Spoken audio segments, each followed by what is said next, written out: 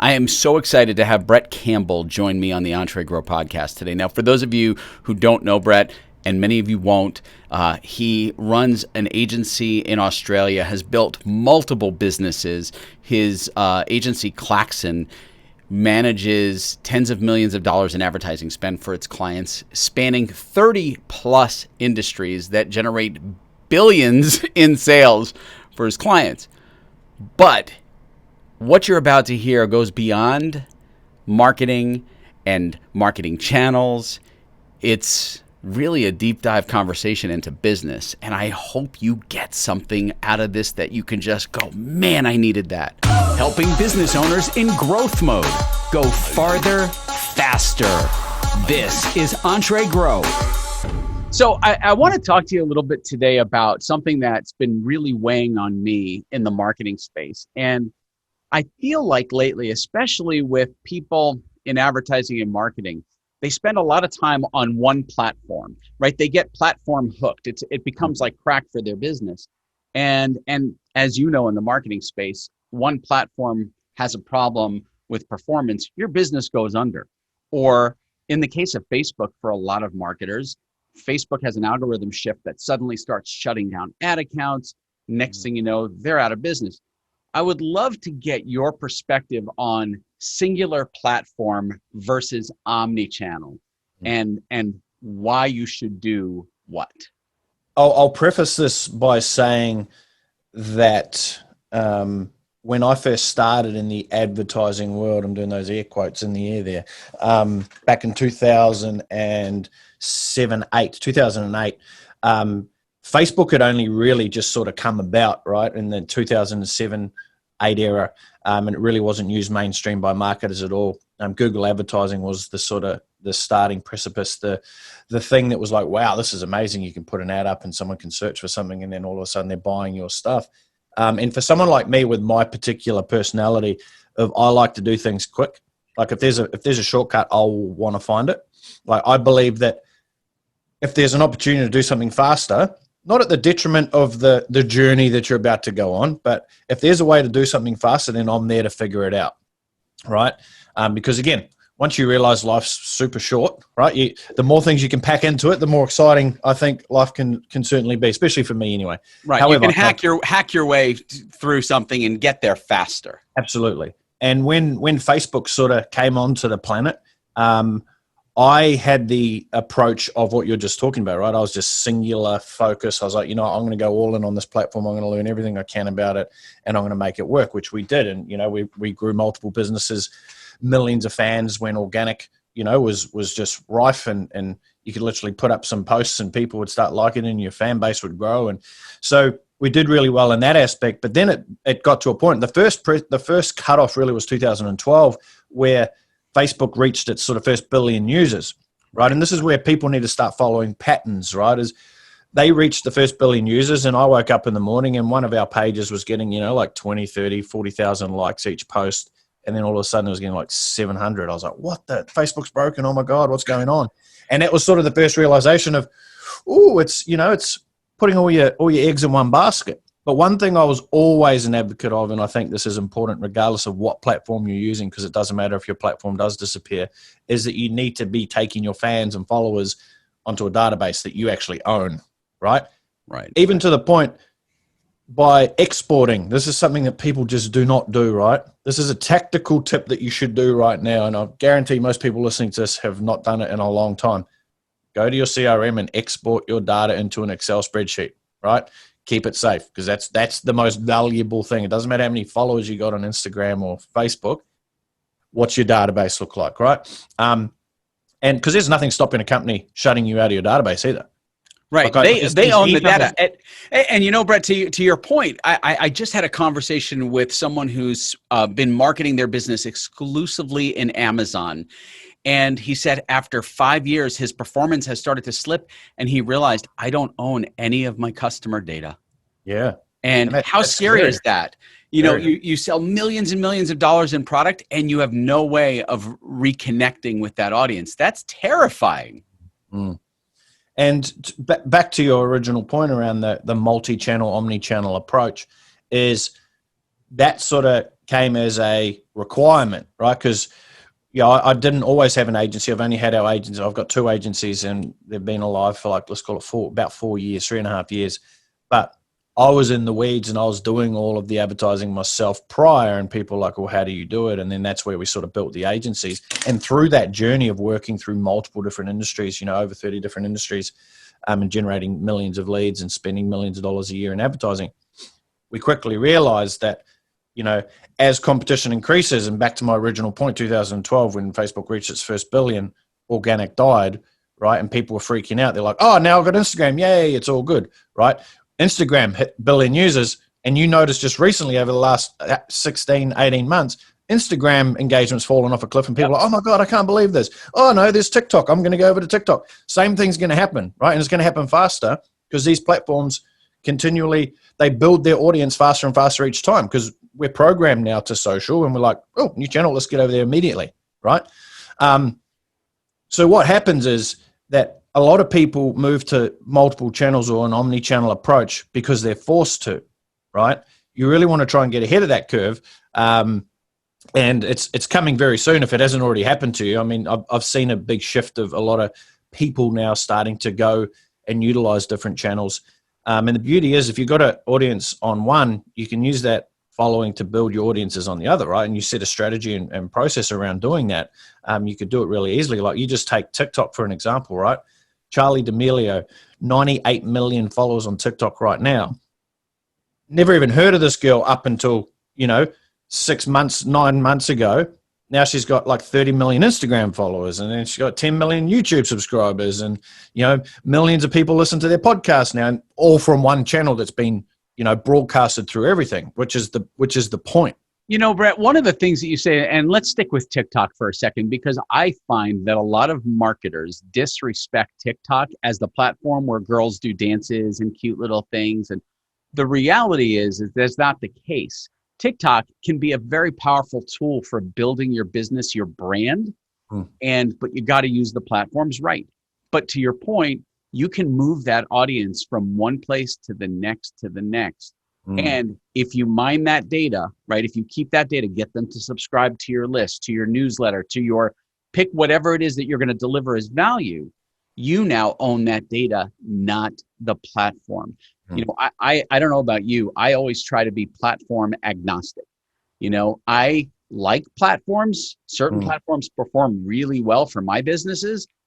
But at the end of the day, if one of those platforms shriveled up and died, would my business die with it? And the answer is no, because we have a presence everywhere, and you have to have that presence.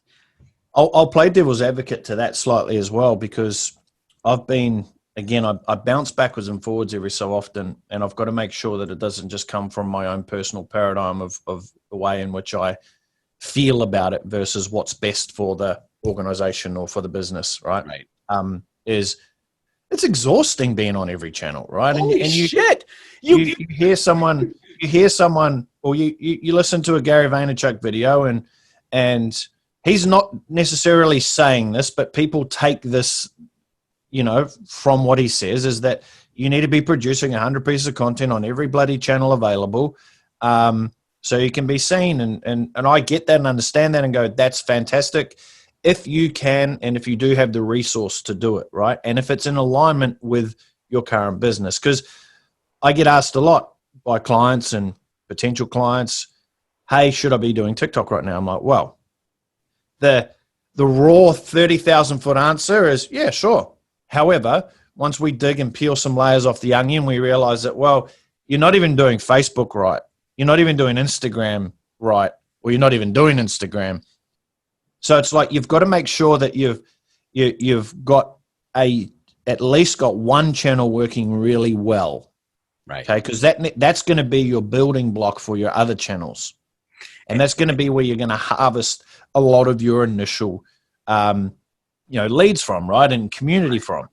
But here's the other part as well: is I say this from the perspective, we spent a lot of money on generating fans in the early days. Sure, right? Because that's what everybody did. Oh, I got to get fans and followers and clicks and likes. And we got a lot of engagement and made a lot of money and all of that. However, we've got some assets that are sitting there with 2 to 3% engagement, where they used to get 20-30% engagement, and I'm like, oh my god, I spent like 50 grand on that page. It made it back in multiples. However, you've got to be okay with this thing lasting only a certain period of time. But in the same token, don't freak out that Facebook and Instagram are going to shut down, because I'll tell you what, if they shut down, we've got bigger problems than just you losing your database. Because if Facebook shut down, that'd be worse than the economy from coronavirus. Yeah, it would collapse. It would kill business. It would collapse. Government would have to prop Facebook back up. How funny would that be, right? They would literally have to, because the amount of livelihoods that are predicated off the social platforms is unbelievable. So the best thing, and back to finish off your original question around the omni-channel approach, is it's not just about do you have followings everywhere. It's like, if we look at it from a pure performance perspective, what we do here at Claxon, right? We're not into the organic stuff. We don't do any social posting and anything for our clients, because it doesn't give you the return on investment to grow and scale your company, right? We don't build ads, we build businesses. We just run high performance paid ads to do that. And we find over 90% of cases, even by introducing another channel, so let's say you start with Facebook, even by introducing Google, in many cases, some businesses aren't good for Google, but just by introducing that next channel significantly lowers your cost per acquisition, right? So it just becomes a mathematical equation. And the ability to use multi-channels. We've got some clients who were literally advertising on Facebook, Instagram, Pinterest, Snapchat, LinkedIn, Google, the entire Google suite, Google Shopping, Google Search, etc. And then now we're just looking to introduce TikTok for them, right? Huge company, doing a couple of $1 million a month e-commerce, but they're perfect customers for those channels. So let's talk a little bit about what platforms you see. Here we are at the time of this sit down. It's November 2020, and this is the year that everything has gone crazy, haywire all over the world due to coronavirus, due to economic meltdowns, all the things that have gone wrong. There are some things that are going right. What platforms do you see hyper performing, really performing well for clients? And what platforms do you see that are starting to drop off for clients in terms of performance? Yeah, so again, very industry specific, because it changes considerably. If we just break it up into, let's say, e-commerce, for an example, Facebook, Instagram, absolutely killing it for e-commerce, right? Google Shopping is a very, very powerful tool for e-commerce as well, that a lot of people sleep on because they think it needs to be Facebook, right? Right. Facebook only. So they work really well in most cases for a lot of e-commerce business. If you can't make your e-commerce business work on Facebook or Instagram, then you're probably not going to make it work, to be perfectly honest. Actually, I digress. That's not true. We've got a few anomalies where it will work great on Google Shopping, and you could just use Facebook. And this is where people don't sort of connect the dots. You don't have to be all in on the specific channel. You could literally be a Google Shopping led campaign, so as the primary, and then you can have the Facebook, Instagram retargeting, right? At the very least, every business who uses Google should be using Facebook as well at a micro retargeting level. So that's some value right there, that people they're like, we just use Google, our clients aren't on Facebook. Well, they're not on Facebook searching for your plumbing services. Right. But if they go to your website and they're looking at your plumbing service and they're like, I'm not ready yet, but they're on Facebook later on scrolling through the night and, oh shit, Jack's Plumbing's there. Oh, I remember now, I need to book the plumber. Let's do it. Bang. Right. So it's all about the psychology of where the person's at when they're actually using a platform as well. But platforms that I see, because the second part to your question was platforms that are sort of maybe tailing off and not as, again, the argument could be said that, CPMs and so forth are increasing on Facebook in a lot of cases, and they are. Facebook have actually just come out with a couple of really big changes, one being the 28-day attribution window, where you can't associate a cost. Like generally, someone clicks on your ad, you can set a window for 28 days. If they come back and purchase within that the purchase will get counted towards that ad, right? They've cut that right down now back to 7 days, I believe it is. And I just want to preface this by saying I may be saying things that might be a week or two, couple out of date. I'm not in the ads campaigns. I don't run ads anymore, but this is the knowledge I get back from the team. So I don't want to sound like I'm an ad expert right at this current stage of my career, even though I've spent, several $1 million of my own money on advertising. Right. I'm still what I'd call a novice in the ad space. But it's really the question that I think we really should look at is not what platforms are dying off, but what platforms are no longer the best suited for your business. Right. It's probably a better way to look at it and frame it. Because we see LinkedIn working well for some people and terrible for others. I know there's this big conversation right now in the marketing world, and I'm just assuming a lot of your audience who would listen to this podcast probably know who Gary Vaynerchuk is and so forth. Well, they might have some clue who he is, since Gary, if it wasn't for Gary, my business wouldn't be where it is today. In fact, Gary gave me some great advice at dinner 4 years ago. Yep. That advice helped me propel and accelerate. So I talk about Gary quite a bit because he's mentored me. So yes. Perfect. Super smart dude. I'm a fan of his as well. I just want to preface that by saying that. Very smart thinker. But what I feel a lot of people do, and it's not Gary's fault at all, it's people hear what someone says and they take it in a certain aspect. Yep. Where Gary says just go all in on LinkedIn and all in on Twitter, on TikTok now, because they're the platforms where you can grow the fastest audiences. Technically, again, that's debatable. TikTok at the starting of a platform, yes, definitely easier. But again, it's not like that for everyone. The message we need to take from it is have a go at it and see what transpires from it. But don't just keep banging your head against the wall because maybe that platform isn't for you. Right? It's easier for someone like Gary who has a big audience, or anyone who has a big audience, right? To be able to go and put some posts up on LinkedIn and get massive engagement. But if you're starting from scratch, it's a lot harder. And the other thing, I think a lot of people, there's two channels, right? There's the organic, Brett, that we talked about, and you don't do that. I do some organic stuff for the brand, but a lot of stuff we put dollars behind. Why do we do that? We do that because the organic reach is shit on a lot of platforms. Mm-hmm. Now, LinkedIn, the organic reach is way better right now, but if you want to get your messages targeted in front of the right people, you've got to put dollars behind them, and then you pick your audiences. And it's just like Facebook. It literally, you dive in, you pick your audience, you pick where you want them to see, what ads you want them to see. It's no different. But you can't be good at every platform. And I will tell you, I just did a piece of content about this earlier today. I spent a lot of time going wide on all the platforms. I was trying to get my fingers into every single platform. But the problem is I suck at some of them. Yep. And so what am I going to do? Fake my way through TikTok because I suck at it? No. I don't even think it's that you suck, because you seem like a pretty intelligent guy that would be able to figure it out and work it out. It's just that you just don't have the resource to put towards it. That's what it is. It's like we don't have a team of 20. I mean, I've got a team of 2 people who work purely on our stuff and podcasts. I've got 3 different podcast shows and so forth. It was never like that. When it was just me, it's exhausting. Back to my original point is it's mentally exhausting. Right. Doesn't mean you suck at it. It just means that you just don't have the time needed.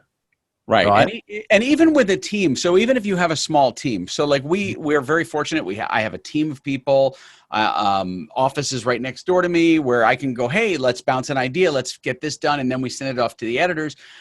At the end of the day, you only have so many hours in a day to spend on the content that you develop for your business, for your brand. Yep. And in your case, for your clients. So you have to pick and choose the stuff that's most effective for you, for your business. Yeah. For me, at some point, we're going to master TikTok. Right now, I'm spending my time going deep on the platforms I'm good at. and then advertising in those spaces. What do you think is the most important thing for businesses right now when it comes to their Google ads? Because I think that there's a disconnect for people. A lot of business owners don't understand the value of YouTube advertising, which is part of the Google ad network, right? And so there's three distinct ad products. There's the YouTube, there's the display ad, and then there's the search ad. What is the value and can you tie all three together for the audience? And there's Google Shopping as well. Let's not forget that. And then there's Google Shopping. That's right. So let's say 4. Help tie this together for if you're a small business owner listening to this and you're doing all the plumbing yourself, right? You're doing all the work. Yeah. How do you connect those dots for them? Sure. Here's, and I've probably had this conversation easily 100 times this year, especially through COVID, because, a lot of things have happened and come to the top of the heap, let's call it, for business owners. And the first premise is most small business owners, solopreneurs, think they're running a business, but they're not. You're not running a business, right? And I don't want to come across like a pompous asshole here, but I'm just going to frame it because I think there's a really important lesson in this. Because I had to have when I had this realization, it was quite enlightening for me as well. Because I thought I was a business owner and but I was just a solo person of one, right? And then you need to, in order for you to build and grow a company, you need amazing people who know what they're doing to be able to do the work for you, right? I heard Dan Sullivan say this before. So Dan Sullivan, owner of Strategic Coach, super smart guy. If you've never heard of him, go and listen and read and learn from that guy. He's really, really wise. He said, who, not how. And I heard this about 6 years ago. I was like, fuck, that's... Because I was the guy who did everything. Like I was the guy when I started in this world of advertising and marketing. So I was originally a personal trainer. Okay. I was a personal trainer. I would never have guessed that because you look really flabby, out of shape. Well, I tell you what, there's a good few years in between where I really was. COVID got me back in shape. I'll say good. That. Yeah, COVID saved my life. You look amazing. I mean, I was just going to say, do you work out every hour? No, jeez, I couldn't keep that up. But to the point, right, is I was in a different industry. I had to learn marketing to build my own business. I figured some things out. Right. I was doing really well in it. But then there was this transition of turning from an idea or a founder or someone with ideas to growing an actual business, right? Because I was the guy who, at the end of my work, like my training sessions throughout the day, I'd get home at 9 p.m. after training clients, and I'd be sitting there HTML coding up website pages. This was before any drag and drop builders, right? I was there sitting, learning, testing ads. Every cent I had, I was just throwing it at the ads manager to see if it worked. Multiple accounts shut down because I was doing things wrong, and because I'd never read the terms and conditions, I'd just mark it first, right at the very start. So, right. And it was exhausting, but because of the personality that I am, it was quite fun as well. That's why I kept doing it. A lot of people aren't as crazy as me in that sense, where they will tap out far too early, right? And what I mean is their threshold of relentlessness is nowhere near what it needs to be if you're the person trying to do everything in your business. If you're going to be the sales department, the marketing department, the finance department, the product development department, HR department, all in your own organization, then you're just not going to be able to build a business. So the reality of knowing that if you really want to build a business, right, and this is the most missed component in all of marketing, I truly believe, is this. You need to know your numbers, right? If you think you're building a business, you need to have a cash flow. You need to have a budget. You need to know what your projections are month on month over the next 12 months. You need to create a budget. If you don't know what that is, you need to see an accountant or a bookkeeper who can actually help you do this. Because if you don't have KPIs and targets every single month, what are you building? You're building nothing. You just, and again, I feel very connected to this because I did this the complete opposite way in my first company, I was like, what's about? Didn't even have a projection sheet. Didn't know nothing. I was just like, I just want to sell as many as I can. Right. You're making money building the business, but you're not building a business. You're just making money. Correct. I was making a lot of cash selling online products and programs, and I was doing really well at it. But I thought I was building a business, but I wasn't building a business, right? Because if the cash flow dries up or a funnel stops or this doesn't work, it's like, what have I got? Well, me and two people. I mean, that's not an actual business, right? It's the starting of a business potentially. But the question you need to ask yourself is, how big do you want to build your business? Because there's people who are like, oh, well, I'd like 2 million a year, or I'd like $1 million a year. I'm like, okay, cool. How about 5 million? Would you like 5 million? Yeah. Okay, so we've just 5x'd your business. So why not build a $5 million business? Oh, I don't know. Didn't really think about it. Right. Okay. What about a 10 million? Do you think this has potential to be $10 million a year? Well, yeah, I think it does. There's a blah, blah, blah, blah. I'm like, why not build a $10 million a year business? Oh, I don't know how. Do you know how to build $1 million a year business? No. Well, what's the fucking difference? Right. Right. We got to figure it out. Same thing, right? Extra zero. Exactly. So, and I know I'm giving you a really long answer here for YouTube, Google, and advertising, but it's so important because this is where I spend I'm the guy who speaks to people who are like, hey, help me. I need some more leads, or I need more sales. Right. I want to start a marketing campaign. I'm like, mate, before we go there, we need to have this chat, because this will change everything about your marketing strategy. Because this will change the difference of whether or not we need a $30,000 budget for your YouTube advertising campaign. Right. It'll change whether or not you need to go and seek investment. You need to do a seed round. You need to go and find some VCs who are going to invest, or you need to go and get a business loan. Or are you going to actually bootstrap it and try and do it that way? Is that the best way for you to do it? Right. So all these questions need to be answered prior to going, okay, what should I be doing with my YouTube? Because when I see a post on Facebook where people are like, yeah, just put a campaign up and go $10 a day and just test it. I'm like, for fuck's sake. No. God. Do you scream internally like I do? When I thought I was over it, but I'm clearly not. Because the reason being is because I know the other side of it as well, and I know where that will lead. It'll lead them to filtering and sprinkling out a couple of $1,000s over 4 months on advertising and not getting a result. Right. Where and all you're doing is you're teaching the algorithm that you're going to give it shit dollars, and it's going to give you shit leads. Correct. And not even that. It's once you look at the numbers and economics of a business, and you look at the cost of your product, the cost to deliver your product, what your profit margin is within that, and then you actually look at what are CPMs right now, what a cost per click sort of look at, and if you work out your numbers and you're like, you need a 10-cent cost per click, it's like, mate, you're not going to sell your product. It's not possibly going to work. We need to come back to the drawing board, and we need to create a better product market fit. We need to change your entire product. You need a different service. You need to increase your average order value. You need to increase your prices of your products. You need to, and this is well before should we run some ads? I agree, Brett. One of the things, when you talked about knowing your numbers, for people who follow me and my content here in the States, I've talked about the value I got. I attended Tony Robbins' Business Mastery a couple of years ago, and I learned from Keith Cunningham.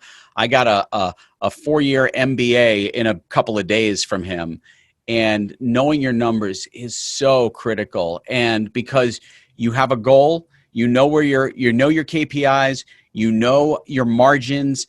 If you don't know your profit margin, do you know how many times I've had a conversation with a business owner, and I'll ask them, what's your margin? And they look at me and they're like, what are you talking about? Yeah. That's scary. You're not building a business. You're basically managing money from crisis to crisis. Yeah. I call them dangerouspreneurs. Dangerouspreneurs. Exactly. That's a great name for them. They know enough to be dangerous. And this is the thing. We have opportunities right now. We've got Facebook. Anyone who knows how to use a computer and log into a Facebook account can create ads. Dangerous. Anyone who can sort of figure out their way and copy and paste a funnel using ClickFunnels or one of the drag and drop builders, that's dangerous, because they watch a 60-minute webinar of old mate pitching something, and then you're like, oh, yeah, I can one funnel, one webinar, one ad, I'm going to be rich. But it's like, what are you doing? What are you actually building? Right? And trust me, I've built hundreds of funnels. I've been that guy who's like, cool, I'm going to try this. In the very early days, I was doing affiliate marketing. I was doing SEO. I was doing, you name it. I was like, oh, this is going to be the internet is going to make me rich, right? So I was trying everything with no vision, no even goals. I was just giving it a crack. We don't live in that economy anymore, right? We live in we need to set some foundations and we need to build towards something, right? Because here's the other biggest reality. And I know this has nothing to do with really advertising, but it has everything to do with growing a business, right? And making money. You might not be the right person to be leading your business, right? You might not be the right person to be doing the marketing. You might not be the person to be teaching your sales team, right? Like, you've got to find the right people in the right places. That's right. And I'm saying this purely from, this is sort of my fifth time round of building a company. We've got about 30 team members here. We've got offices in the States. We're looking to go global this year. COVID sort of put a bit of a damper on those plans. However, that's come from this way of building a business now, is making sure the right people are in the right place and leaving my ego at the door. Do you know what I mean? It's like, I could have easily said, well, I've spent millions on ads. I should be the best at it. I'm definitely not the best at it. We've got people in our team that kick my ass at advertising. You know why? Because they love doing it. Right. I don't love doing it. I'm not an ads guy. I hate doing ads, if I'm being perfectly honest. I just did it because I knew I had to do it to get some results. Right. You had to get somewhere. So whoever's listening to this, you might be going, oh, Brett, thank you so much. I hate ads as well. I hate YouTube as well. Well, guess what? You don't need to know it all, right? You just need to find the right people to help you. And you need to be able to do that is you need to step back out and look at, what does your business look like? Where is this business moving towards? What's our first yearly goal? Okay, let's say we're going to, by month 12, we want to be hitting $1 million. And that's our run rate we want to be on. Okay, let's reverse engineer that. What does that look like month on month? Okay, at what stage are we going to need to bring in team members to do certain tasks within the business? Start planning it, building it. Right? Not, oh, I'm fucking stressing out. I need someone to help me out. Who knows a virtual assistant who can do all these shit tasks for me and I can just send it off and they'll be the rescuer. It doesn't work like that, right? And every day you see posts like that. If for anyone who's in any of the big groups, you see posts like that. How do I make $1,000 a day? Hey, I need a VA that can do this. Hey, does anyone know somebody that can do that for me? Build me a funnel for that. You're not building a business. You're building a house of cards. Yeah. And to the people out there having a crack, right, man, well, good on them, right? Good on them. Have a crack. But if you can sit there and answer the question of, why are you actually doing this? What's the real reason behind this? And you don't have a reason, then it's like, you probably should pay a little bit more attention to where you're moving towards in life. Yeah. Right? Because it's a lot easier when you actually have a goal to get towards. And when you do something you love, you're not just doing it because I want to make $1 million. Like Ad Zombies did not start because I had this goal of building a multi-million-dollar business. It started because I love storytelling and copywriting, right? Mm-hmm. And so I've been doing it my entire life. I came from radio and worked my way as a creative director and built this literally by accident because there was a need in the market and I loved doing this. And it just exploded from there. Find your passion. I will say this, Brett, I don't know if it's true for you. I know it's true for me. When I'm doing something I love, time just flies by. I don't even notice it. And it's because it's not work to me. It's something that I just enjoy doing. That's why I've got 3 podcast shows. Like I just love talking about business. And you can already see this right here, right? We're having a conversation. You asked me some questions about ads. Any opportunity I get, because I get asked to do a fair few podcasts and talk about advertising and, let's give us some tactics here and there. I'm like, cool, I can. But there's a more important conversation to be had, and it's making sure that if I can see someone's running down a garden path and I know that 300 meters down the end of that path is a cliff, I'm like, I'm going to do my best to go, hey, stop, turn around, come this way. Right?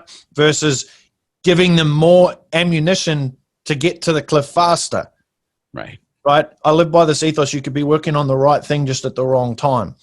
That is what most people are doing most of the time, unfortunately. Even me, in some cases, I'm working on the right thing. Cool, it's important to do this, but it's the wrong time to do this. Time to do it, right? So that's where I keep coming back to this. I mean, I've had a bit of a paradigm shift over the last 3 years in business, and it's purely around there's a right and a wrong way to build a business. And it was interesting when you said, you started Ad Zombies. It sort of came out of your just ability. You were doing really well and things were happening, right? I didn't set out to build a fitness franchise or a fitness college or a supplement brand or anything either. I just became really good at marketing, and we had such a huge audience that it just naturally happened. However, for me personally, that wasn't the right way to do it. With Claxon, we set out from day one. We want $100 million company. Like that's our first our financial target is we want to be able to get to $100 million run rate. Right. And what that does is it changes a few things, because now we're not, every decision we make, and I call this the $100 million mindset, right? Every decision we make with inside the organization, people we hire, our office space, I wish you could see our office, we've invested a lot of money into it, because it needs to be in alignment with our vision of excellence, right? We're not sitting in a shoebox with 20 people all crammed next to each other, terrible environment, shit carpet, blue wall. And again, a lot of that's aesthetic, but it's very, very important, because this business will only, to grow a $100 million company, it's not how good I am. It's actually got nothing to do with me. It's got everything to do with how good is the team, the environment, the culture, everything that goes on with inside it. Right. And of course, the ability for us to get results for clients so they win and tell other people. But I think the biggest piece of advice that I like that I'm on this quest of sharing right now with other fellow up and coming entrepreneurs, or people who, might have a business doing a couple of $1 million a year. And it's like, well, they're struggling to get to that, $10-20 million a year mark. It's like, well, in order to do that, we need to change a number of things in the way in which we're looking at our business. It's got nothing to do with should you start a Facebook campaign or should you use TikTok. So hold on a minute. Let's come back. Let's look at the foundations of the business, and then let's see what we're going to need to achieve that. I love that conversation. I share a lot of this information with my audience regularly, and Awesome. Sometimes I feel like it falls on deaf ears. And I love that the conversation went there today, because, it's funny. Anytime I'm asked to speak, the first thing they want me to speak about is, of course, copywriting and storytelling. But that's not what I want to speak about. I want to speak about how to build a business, because so many people. Why do you love building? Like, what is it about it that because it sounds like obviously you've cut your teeth in copywriting. You could almost say, copywriting was, let's say, your apprenticeship into this world, right? Yeah. Why business? What the trick? Because for me, it was ads and marketing. Marketing is my apprenticeship, right? Because I'm marketing led as a founder, right? Mm-hmm. So I used marketing to grow my company. I learned everything else of growing a company around the primary light of marketing, right? Sounds like copywriting was your thing. Why business? What excites you about that as a whole? What excites me about it is being able to take the knowledge, the stuff that I've learned, the mistakes I've made, the potholes I've fallen in, and share that with others who are on a journey to grow a business, because it helps them avoid those mistakes, get around, if it's like that dinner I had with Gary back in 2017. We were sitting there having dinner, and I'm wearing a pink jacket, and he's like, Spanky, calls me by nickname. He goes, Spanky, goes, You're not an ops guy. You're a creative. You need an ops guy in your business. And I'm like, holy shit. But when you're this close to it, you can't see it. And so I went out and I found that ops guy, and I said, look, here's what I've built without an ops person. I need someone to help me scale this business. You don't know what you don't know. As I've gained knowledge, I'm a giant sponge. I retain everything, and I love to be able to share that knowledge with others to help them overcome obstacles or not even get into those obstacles, just right over them. And because at the end of the day, it feels great to help someone accomplish something. I love that. I live for that. So that feeling I get, way more than dollars coming into the bank account, the feeling I get of watching someone grow and evolve and achieve and accomplish something, and knowing that I just had that little tiny part of it, just makes me feel so good. I eat, breathe, and sleep that. And that's the journey of the entrepreneur, right? Is the highest level that we can get to as entrepreneurs is that of contribution, is to be able to contribute back. And, you know, we have to go and cut our teeth on things. We have to learn how to build a web page, maybe. We have to sit through 1,000 sales calls and get declined and denied. And we have to figure out the spreadsheet stuff and go, oh, geez, I just want to make the money and spend it, not have to, you know, have these calculations and da-di-da-di-da. But it's the evolution, right? Yeah. And I think for a lot of entrepreneurs out there, you can get to your evolution or to that level of contribution. Because I know, and I've talked to thousands of entrepreneurs literally through my communities and so forth. And that's why I ask you, why is it about business? Because I think it's more than just business, right? Business right now is the vehicle in which is enabling you to do that. Right. It's that ability for you to be able to contribute beyond yourself.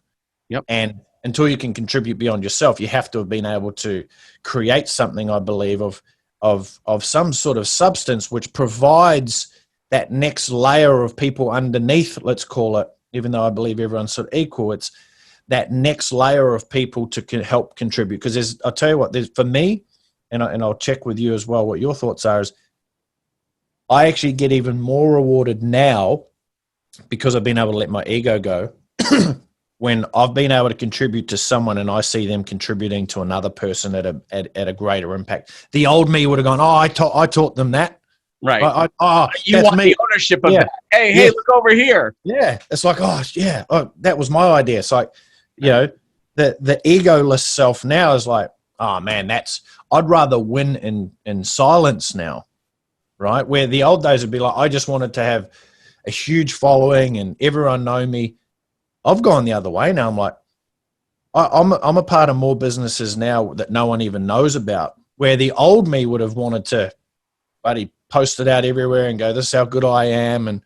But the reality is, and I'll tie this off, is that we as entrepreneurs, as creators in this planet, are all walking towards, some running, some crawling, towards contribution of some form. And business just provides us all with the ability to be able to do that. It's the vehicle. So it's the vehicle right now, right? Until such time that you go, you know what, I'm going to hang up my entrepreneurial boots and I'm going to contribute in other ways. And that might be going to build a school in some village over in Africa, right? But we all want to contribute at some level. Yeah, for me, the contribution is really this. And I think it comes from, if I want to go into a deep psychological moment, I think it comes from the fact that I hated school as a kid and found that I had little value and little education in school other than rote memorization, which didn't provide me much value in the world. And everything that I've learned, everything that I've accomplished through just grinding it out, figuring it out, and then paying it forward to someone else. And I live for that.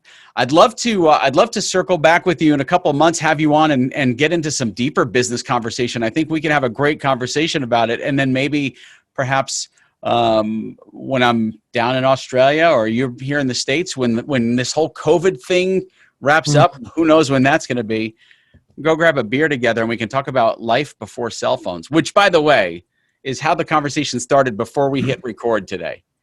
Yeah, I'm actually sitting here very happy that there was no cell phones around when I was a teenager.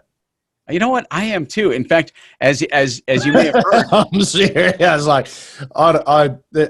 like, now your entire life is documented, which is cool in some ways, because I'd love to go back and go, oh, it'd be cool to see what happened here. But right, there's the positive and negative to anything in life, right? And I feel quite blessed to be able to have been a part of that era of the unknown and to be able to see what the difference is now. You know, like grandparents, you know, people 70 plus right now would just be going, what the heck has happened to this world? Like, this is crazy. This is the polar opposite of what life used to be like. Right? You know, it's interesting when people talk about a simpler life. You have a choice to have life be simple or complex. It's your choice. I am attached to this thing quite often, but when I go to Mexico and when I'm on the beach, this thing doesn't come with me. It sits outside, you know, inside. And I think people need to realize that you can disconnect from the world. You don't have to have that connection 24/7, 365. In fact, it's not healthy because it doesn't give your brain a chance to recharge. The last thing about being a kid and not having cell phones. Do you remember when you wanted to have a conversation with a friend and you had one phone in the house and you would grab it and you'd walk it away to the room and the cord would be stretched from one room to the other and in the door?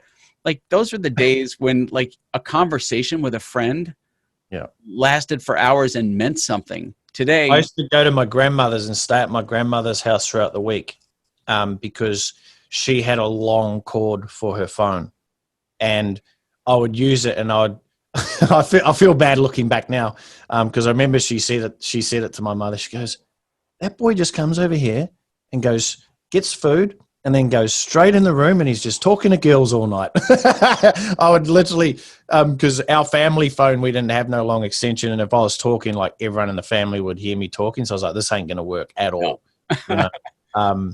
But hasn't things changed? Here we are. But to your point around, you know, the disconnecting from a mobile phone, it's so easy to say, and I think what needs to happen is we need to create a brand new conversation around it because it's not landing, right? In the sense that it's easy to say, oh, disconnect from your phone because it's doing our head in and it's not healthy for you. And we know that, right? I would class us as both emotionally intelligent people, right? So we understand that, yet we still do it, right? We still do it. So if we're doing that and we believe we already know what this thing's happening, there's people out there who don't really have that cognition to realize how bad of a thing this is. Now, you can go and watch The Social Network, that new movie, or the new Netflix doco, which I recommend everyone do. It'll just be like every other doco you watch. You know, the vegan one where you go vegan for a week, you reduce your social viewing for a week. How did you know I did that? No. Yeah, well, I did. Right? Maybe I'm talking to myself here. This is a therapy session for me. But the reality is that's what most people do, right? We give it a bit of a blast and it's like, oh, yeah, that was great, but now I'm back to the default. You know, like for me, for example, and this comes back to the way you do business is really how you should do life. I think if people really want to live an intentional life, is you need to look at what's your 12-month forecast look like? Right. What's month on month look like for you? Right? What is your social media habits and actually lock it in? And I mean, there's a lot more depth to this to be able to connect the lock-in factor. So for me, for example, when the president is elected right now, and as of recording this, we don't have an answer, right? We're right on the precipice. Yep. I'm deleting Twitter, right? Because I've used Twitter as a channel to sort of keep up with the presidential election and see what's going on, but it's mentally affected me. Right? And I don't even engage in it. That's the crazy part. Like, it's mentally affecting me. Just watching, just looking at what exactly. Right? And I'm not even going backwards and forwards with people and being annoyed and angry and all of that stuff. So we need to have rules and regulations on how we live life, right? And if you're really intentional enough and you really want to live a great life, you'd break your life down into all those components, right? Which maybe we could talk about in another episode, but it's living an intentional life, just like building an intentional business. It's got nothing to do with YouTube ads, Facebook or Instagram stories, right? It's got everything to do with how we want to be living. And I love how we went from what the conversation started with to where it went. And I'd love to have you back on again and we can go even deeper on it. It was a great chat. Appreciate you having me.